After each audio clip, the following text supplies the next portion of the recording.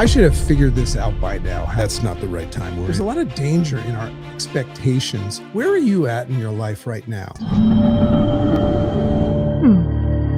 Makes sense.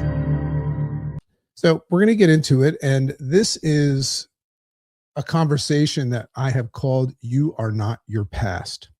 Now, you'll notice that we talk a lot about unwrapping the present moment, removing ourselves from the past, and the worries and concern of something that doesn't even exist, like the future. It is the core, principle and essence of most everything that you're trying to accomplish in life is just being able to unwrap the present moment. So this is about reclaiming control by thinking. And that is something that only happens where? In the present moment. So we're always going to correlate it to that. So this is You Are Not Your Past. And then it's subtitled How to Let Go and Finally Feel Okay. So it begins with this.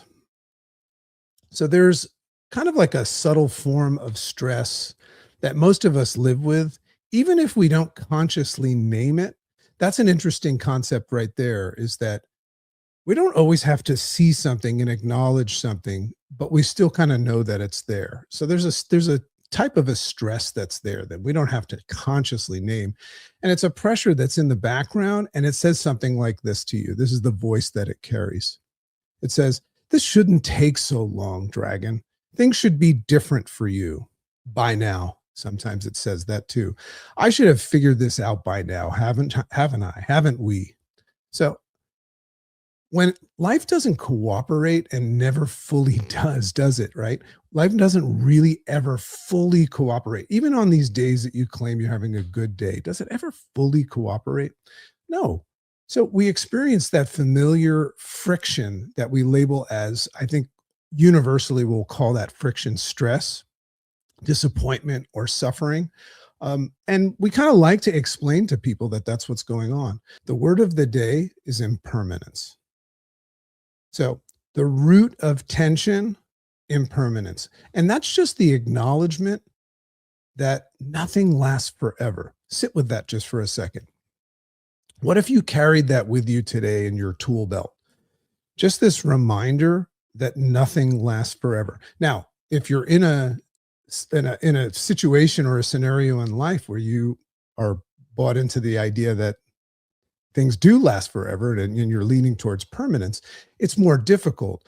But if you reach down into your tool belt and you're just open and curious enough to entertain the word impermanence, nothing lasts forever. Not circumstances, moods, identities, or even your relationships in their current form. Heck, not even your opinions about yourself last forever. Have you ever noticed that? So I kind of allow myself to just kind of chill out sometimes and just recognize that even what I think about myself, let alone what I think about others or the world, it carries impermanence. And this is the good things and the bad, which is interesting. We have this tendency of saying, "Oh yes, impermanence.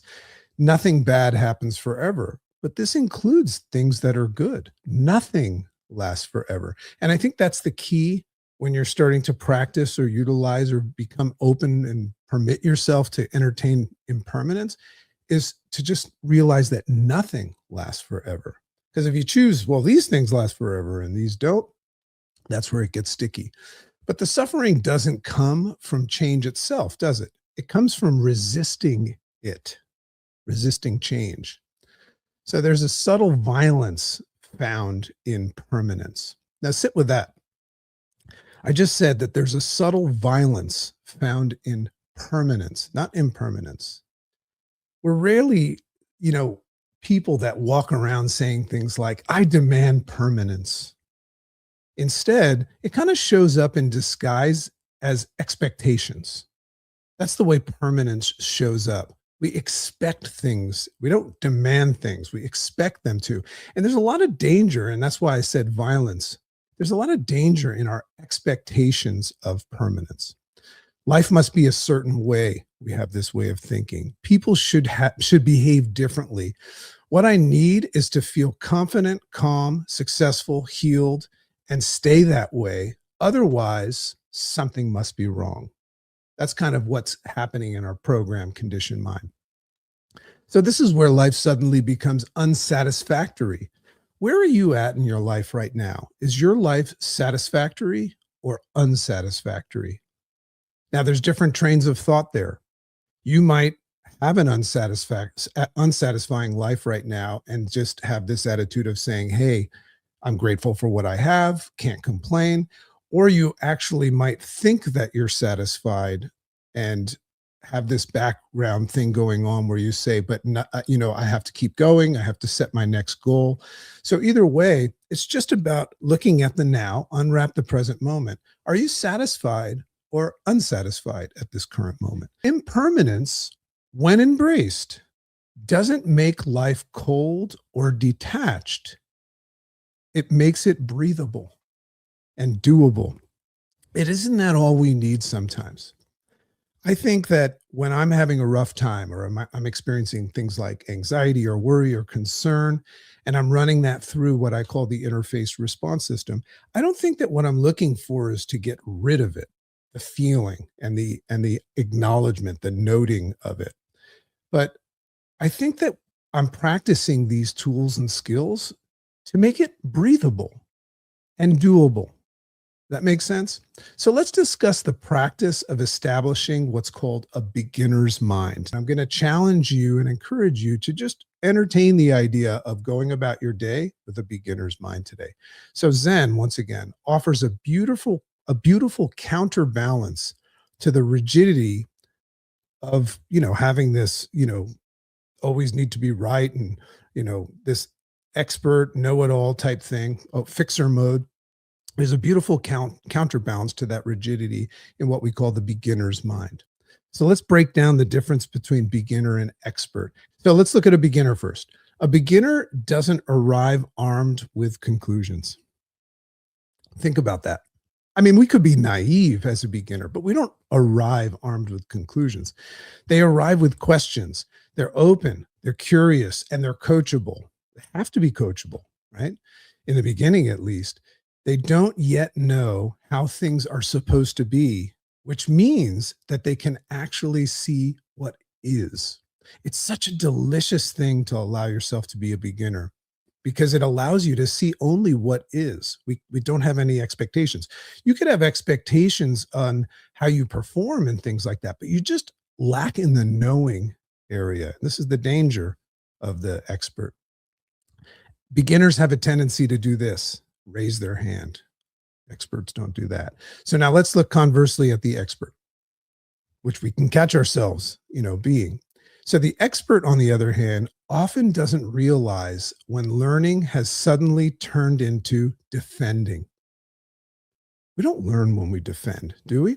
I mean, to a certain extent, we probably could. Defending your identity, maybe your position, and what it is that you know. Now, remember, we always look at the difference between statements that have exclamation points behind them versus question marks. Beginners make statements with question marks.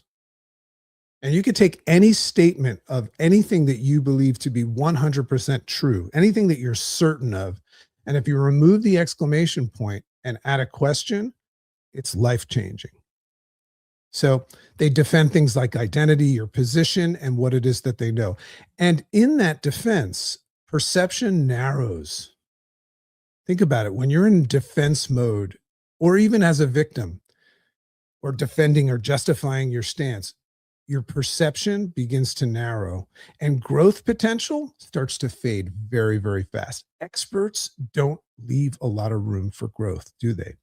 But you're an expert. You don't seek growth anymore, right? Do you? And then I said, Houston, we have a problem here. So here's an observation to consider. The truly wise person isn't the one that has the most answers in a room. Think about that. The truly wise person in any given room is not typically the person that has the most answers. It's the one who never stops asking questions. The next time you're in a social environment, keep an eye on that. So I want to share a story. Some of you from the Make Sense Academy have heard this story, but I think it's highly relevant right now, and I'll show you why. But it's something that I call my religion tour. And that was a story, from the Make Sense book, which by the way is coming out in February. Really excited about that. So this mindset that I'm sharing with you is not something that came to me through theory. It came to me through experience. And one of those experiences that helped me get to this place, and I'm saying that because just hearing this and knowing it is what I call the jacuzzi experience. It doesn't mean that you own it. It's just an experience. I had an experience that was so profound that it caused me to go out and continue working with this stuff. So I went on this religion tour, and it's really, really funny. And if you read the book, you'll see that I kind of just threw myself into all religions, which is an interesting thing to do. You're like this naive, fool that walks into these houses of God, these various houses of God, completely open and curious with no agenda or no, concepts about it. Says, expose me to it.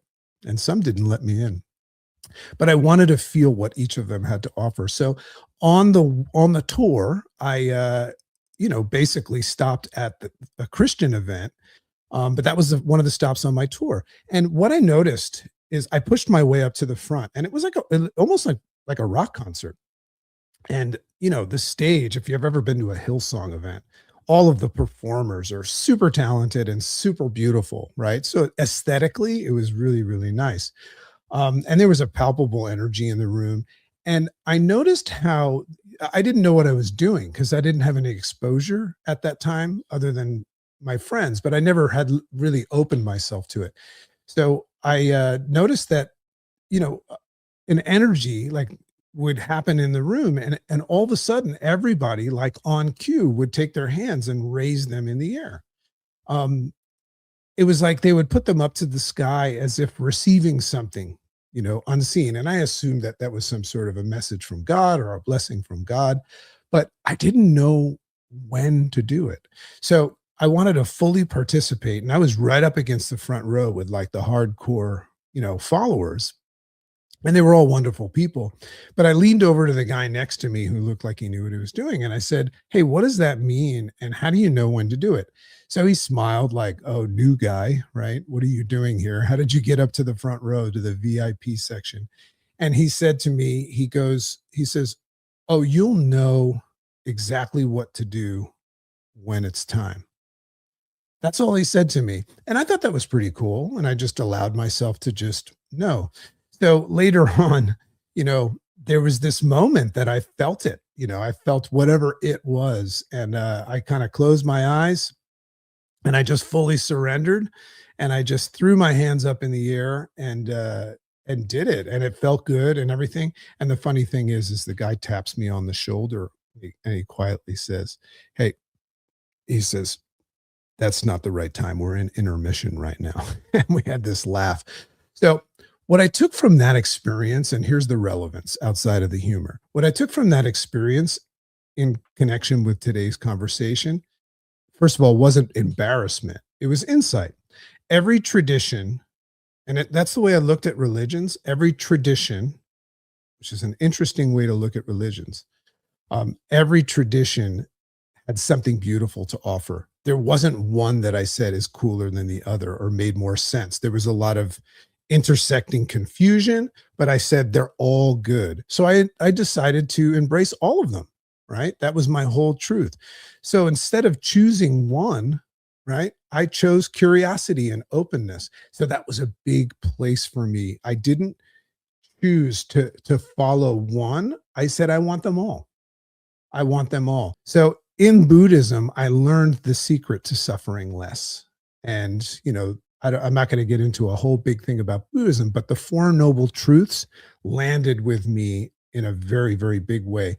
And in essence, they taught me that life includes suffering, whether you like it or not. Like it's part of it. Suffering was not a bad thing, it was part of the whole thing. So if you like the thing called life, you would have to embrace good times and bad, evil and good, suffering and no suffering. So that was one. And craving attachment intensifies it. So they talk about getting so enveloped in desire and need and wants and must haves and things which only exist in the future and come from a place of lack. So that intensifies the suffering, and understanding that this changes our relationship with suffering. That was what it was really about. Is I was the moment where I said, "Hey, making mistakes, suffering is not a bad thing." And freedom comes not from avoiding discomfort, I learned, but from seeing its true nature and role in all things. I love to question and contemplate the role of things that I'm perceiving and people and moments, good or bad feeling, good or bad thoughts around it. I always like to say, sometimes people say, "How is that happening for you?" I always say, "What role is this playing in my overall story?" Because then we can see the value. So, impermanence is kind of baked into this understanding. Pain arises and pain passes, just like the clouds in the sky. They show up, they don't make the sky, and they pass on by. Joy arises, joy passes, all in the same. And this is even true with our own identities as well. Remember, we're talking about impermanence. So now we're starting to take note. If you step away from the participation and tethering to it, you get to step away and say something like, what's interesting is that it comes and goes. Impermanence. So clouds are a great example. Waves even build up before the next one, and then they recede on the shore before the next one comes. Come and go. Nothing lasts forever. It's universal everywhere. So when we stop demanding permanence in life, temporary things, by the way, suffering starts to lose its grip, doesn't it? So this is where the beginner's mind and impermanence kind of come together at this phase. And it's like perfect harmony, yin and yang type thing. So I don't fully know what's happening inside myself or inside another person. Or I should say, if I don't fully know what's happening inside me or inside another person, I allow myself to pause. And this is a big part of the interface response system. That's part of my book and my teachings, Make Sense Academy. So I allow myself to pause and soften my response instead of just reacting. So that's what it means to move from reaction to response. It's not something that you just decide to do. You have to create space for it. That's the beginner's mind in action. And the difference between an expert who gets stuck and an expert who evolves, because you can be an expert, but you can be one that gets stuck versus one that evolves, is really simple. One secretly believes that they have arrived. Secretly believes that they have arrived. And the other knows that they haven't. So there's nothing wrong with having an expertise, just like the scientist that postulates a Nobel Prize theory. But they don't think that they've arrived. That's what makes them still have the beginner's mindset. I think that as a human being, what I love most is learning new things, which very often means I have to discount something that I was certain of. So even when the world calls you or them an expert, the beginner's mind expert, that version that's still in growth mode, they still experience themselves as a student. And I think you know that about yourself. You probably have two different versions of yourself. So that orientation towards learning over proving, what it does is it keeps the mind spacious and full of possibilities. So let's talk about mindfulness for a second here. And this is unwrapping the present of the present moment unwrapping the gift of the present moment. So impermanence isn't meant to be contemplated only in books. It's meant to be practiced moment by moment, which is the challenge, through mindfulness. And how long do we have to do this? Well, we don't have to do anything. But the value of practicing mindfulness is doing it forever. And also catching yourself drifting out of it and bringing yourself back. So when you're present, impermanence becomes less threatening and becomes sensible. This is the value of mindfulness. It just becomes logical, rational, and sensible. Consider cutting yourself and others right now some slack. I love to cut myself some slack. I'm going to give everybody here permission, take it or leave it, to cut yourself and others some slack today. I think that we would have an immediate improvement in the quality of living and this experience that we call life if we just cut ourselves and others some more slack. So, this is where compassion nationally enters the conversation. People snap. I mean, it's everywhere, right? People snap. They get short. They say things that they don't mean. And guess what? You're part of that. You do this too. Am I right? So, things like stress, fatigue, fear, and unpredictability press on all of us. This is the environment we live in, part of it. They all play a role in the overall thing that we're talking about, but they press on all of us. When we forget about impermanence, we personalize everything. All of those things that are happening, that's when we say they're happening to me. This is where the interface response system and my book come into play. Is if you can separate yourself from the participation and the personalization that you're experiencing and create space and ask a question, this is about me. This is happening to me, question mark instead of exclamation point. Massive shift. So we become victims of subtle nuances like tone when we're sensitive like this, or mood, or momentary behavior. I love the idea of evaluating and looking for momentary behavior.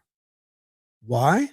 Because whenever I experience behavior, my biggest challenge is when it's got a tone or an energy that seems like it's attacking me. This happens to me almost every day where I see that. But I always say, what is the momentary behavior that I am seeing right now? It's just a delicious way to release yourself from being the participant to just the observer. The momentary behavior. What momentary behavior are you exhibiting right now? Because if you can identify that, then it's going to pass. And as soon as you're ready for it to pass, that's what happens. So cutting someone's slack doesn't mean, by the way, tolerating harm. This is why people struggle with, forgiveness. People struggle with forgiveness because it doesn't mean that you're saying it's okay or you're tolerating harm or abandoning your own boundaries. That's not what it means. Well, it means whatever you think it means. What it means is recognizing the hidden context, meaning we can't see it at first. We can't feel it at first. We have to stop and evaluate it. Momentary behavior, the hidden context, and remembering that this version of them or you isn't permanent. It automatically helps. So when you offer the same slack that we're talking about inwardly to yourself, something softens. Self-forgiveness is a big one. Self-forgiveness becomes possible. A surprising amount of daily stress disappears when we stop demanding that imperfect moments behave perfectly. Let me say that again. A surprising amount of daily stress will suddenly disappear when we stop demanding that imperfect moments behave perfectly. That's not what imperfect moments do. They don't behave perfectly. They behave imperfectly. That's why they're called imperfect moments. So detach yourself from participating with them and just acknowledge them and say, oh, I see an imperfect moment, right? But we know that it's impermanent, that imperfect moment. So this is about living lighter by knowing less. Impermanence invites us to travel lighter. I love that. Let's travel lighter today. The beginner's mind gives us the flexibility to do so. So together, they free us from the exhausting job of maintaining fixed identities in a fluid world. It is very difficult, I always say, like trying to drink water from a fork, to maintain a fixed identity in a world that is fluid. You don't have to have it all figured out today, folks, right now, or even tomorrow. You don't have to defend your position at every turn today. You don't have to. Even if you choose to, you don't have to. You don't have to be the same person tomorrow that you were yesterday or today. You don't have to. You just have to get back to being you. That's what we're trying to do. Back to being curious and present as a beginner and cut yourself some slack. That's the big message. So in doing so, you may discover, I love that word, you may discover that life, just as it is, including all of the unpredictable changes that arise, is already more than enough. Make sense? So that's it for today. If today's conversation stayed with you, if it impacted you, you're welcome to explore our free Echoes of Substack. You just go to Substack and you can find our free weekly reflections. We do a lot of cool notes and things like that, just to every day give you a little dose of consciousness. That's in our Make Sense ecosystem, that overall thing. Both of them are designed to help you pause and reconnect with your clarity before the week takes over. So love and appreciate you. Your feedback is very, very much appreciated. Have an amazing day today. I'll see you next time.